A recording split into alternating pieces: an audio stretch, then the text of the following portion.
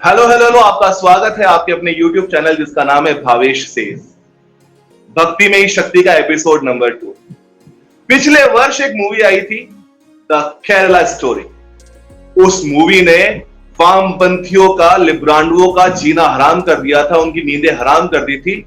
और केरल के अंदर जिस प्रकार से लव जिहाद का खेल हो रहा है, सरेआम हो रहा है, उसका पर्दाफाश किया था, वस्तु स्थिति से हमें अवगत कराया था। और कितनी भयावह स्थिति है केरल के अंदर, उसका एक चित्र हमारे सामने प्रदर्शित किया। उस मूवी को मैंने आज फिर से देख करके समाप्त की। एक सीन है, जब मैंने पहली बार उस मूवी को देखा था तब भी मैं उस सीन के बाद सोचने में विवश हो गया था, और आज जब मैंने दूसरी बार देख के समाप्त किया मूवी को, उस सीन ने मुझे फिर से सोचने में मजबूर कर दिया।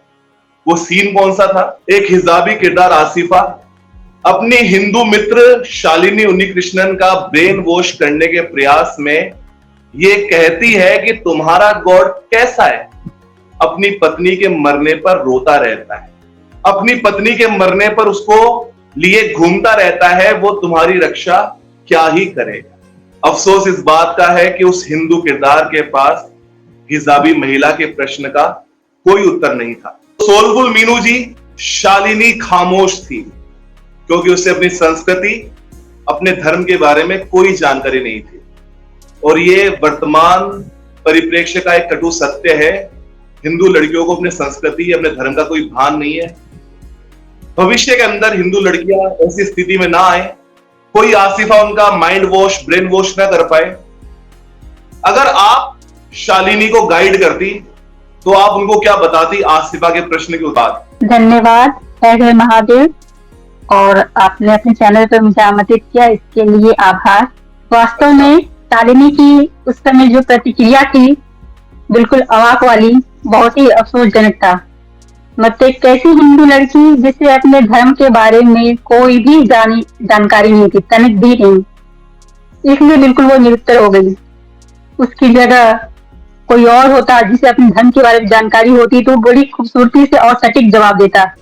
जिस प्रतिक्रिया को वो कमजोरी बता रही थी आसिफा, वो कमजोरी नहीं बल्कि एक सच्चे प्रेम की निशानी थी।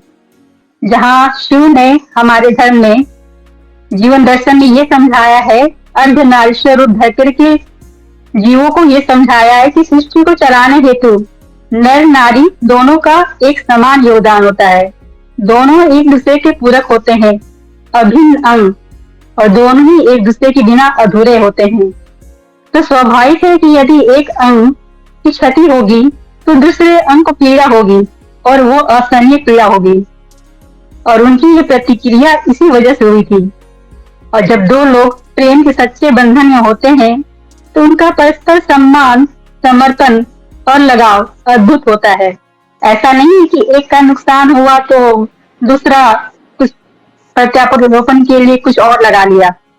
हमारे शिव के दर्शन में स्त्री को एक ऑप्शन के तौर पे नहीं, या मात्र भोग के रूप में, या बच्चे पैदा करने की मशीन नहीं समझा जाता। स्त्री को शक्ति का अवतार मानते हैं, लक्ष्मी का रूप मानते हैं, ज्ञान स्वरूपिणी मानते हैं, जिसके लिए देवता भी उनकी आराधना करते हैं। कहा भी गया है, यत्र नारीषु पूज्यन्ते तत्र रमन्ते देवता। नर को श्रेष्ठ और नारी को कमतर नहीं, बल्कि स्त्री को सृष्टि को चलाने के लिए उसकी भूमिका को श्रेष्ठ ही माना गया है, क्योंकि स्त्री नहीं होती तो सृष्टि की रचना नहीं होती। बिल्कुल सही समझाया आपने सोलफुल मीनू जी। यदि उस समय हिंदू लड़की शालिनी को अपनी संस्कृति का थोड़ा भी ज्ञान होता तो वो आसिफा को जरूर जवाब देती कि मेरा भगवान शिव रुद्र रूप में तांडव भी करता है और प्रलय भी ला सकता है, परंतु अपनी पत्नी के लिए उसी रुद्र का रोना यह दिखाता है कि वो करुणामय भी है।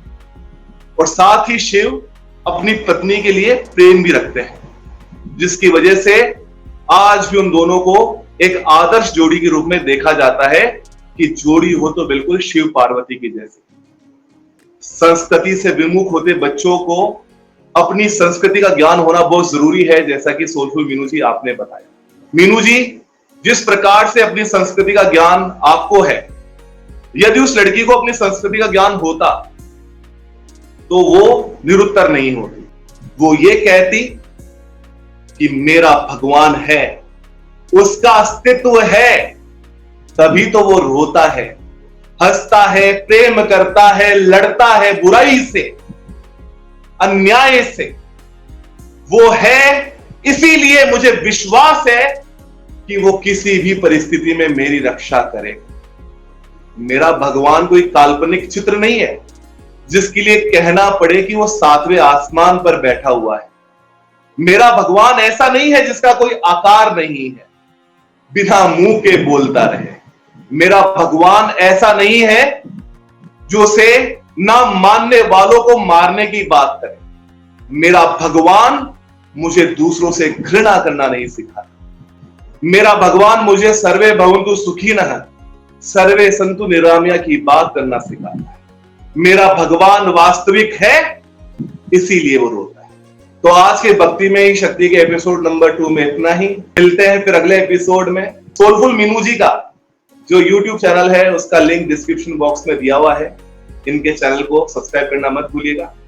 हमारे चैनल पे भी लाइक, शेयर व सब्सक्राइब करके अपना आशीर्वाद बरसाएं, प्रेम बरसाएं। मिलते हैं और किसी विषय के साथ। तब तक के लिए इजाजत चाहता हूं। जय भोलेनाथ, हर हर महादेव, सत्य सनातन।